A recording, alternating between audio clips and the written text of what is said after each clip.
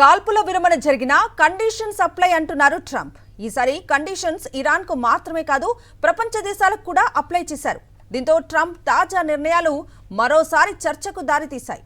యుద్ధానికి విరామం ఇచ్చిన ట్రంప్ ఇప్పుడు ప్రపంచ దేశాలపై ఎందుకు పడ్డారు? కాల్పుల విరమణ తర్వాత ఇరాన్ పై అమెరికా రియాక్షన్ ఏంటి?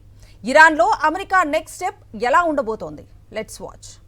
కాల్పుల విరమణ తర్వాత ట్రంప్ కొత్త స్వరం అందుకున్నారు. ఓవైపు ఇరాన్కు హెచ్చరికలు జారీ చేస్తూనే మరోవైపు సుంకాల షాక్ ఇచ్చారు. ఇరాన్కు ఆయుధాలు సరఫరా చేస్తూ అమెరికాకు సరుకులు ఎగుమతి చేసే దేశాలపై 50% సుంకాలు విధిస్తామని ట్రంప్ హెచ్చరించారు. తక్షణమే ఇది అమల్లోకొస్తుందని, ఎటువంటి మినహాయింపులు, తీసివేతలు ఉండబోవని ట్రంప్ తన పోస్టులో పేర్కొన్నారు. ఇరాన్లో ఇటీవల చోటు చేసుకున్న పరిణామాలను ట్రంప్ ప్రయోజనకరమైన, పాలనాపరమైన మార్పుగా అభివర్ణించారు.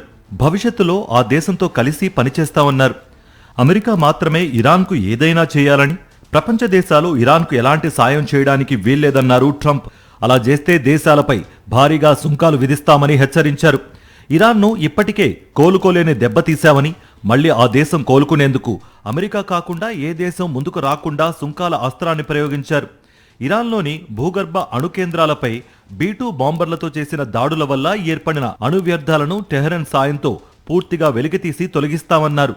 దాడులు జరిగిన నాటి నుంచి ఆ ప్రాంతంలో దేనినీ కదిలించలేదని, అమెరికా స్పేస్ ఫోర్స్ ఉపగ్రహాల ద్వారా నిరంతరం ఆ ప్రదేశంపై నిఘా ఉంచామని తెలిపారు.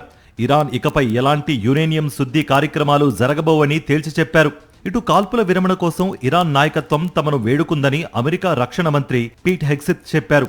ఇరాన్ నాయకత్వం బలహీనపడి అవమానాలతో సైనిక సామర్థ్యాలను దెబ్బతిన్న తర్వాతే చర్చలకు ఇరాన్ రావాల్సి వచ్చిందని హెగ్సెత్ తెలిపారు. అమెరికా షరతులకు ఇరాన్ ఒప్పుకోకపోతే తీవ్ర దాడులు జరిగేవన్నారు పీట్ హెగ్సెత్. 47 ఏళ్లుగా తమకు ఇరాన్తో ఉన్న ముప్పు ఇప్పుడు తొలగిపోయిందని అన్నారు.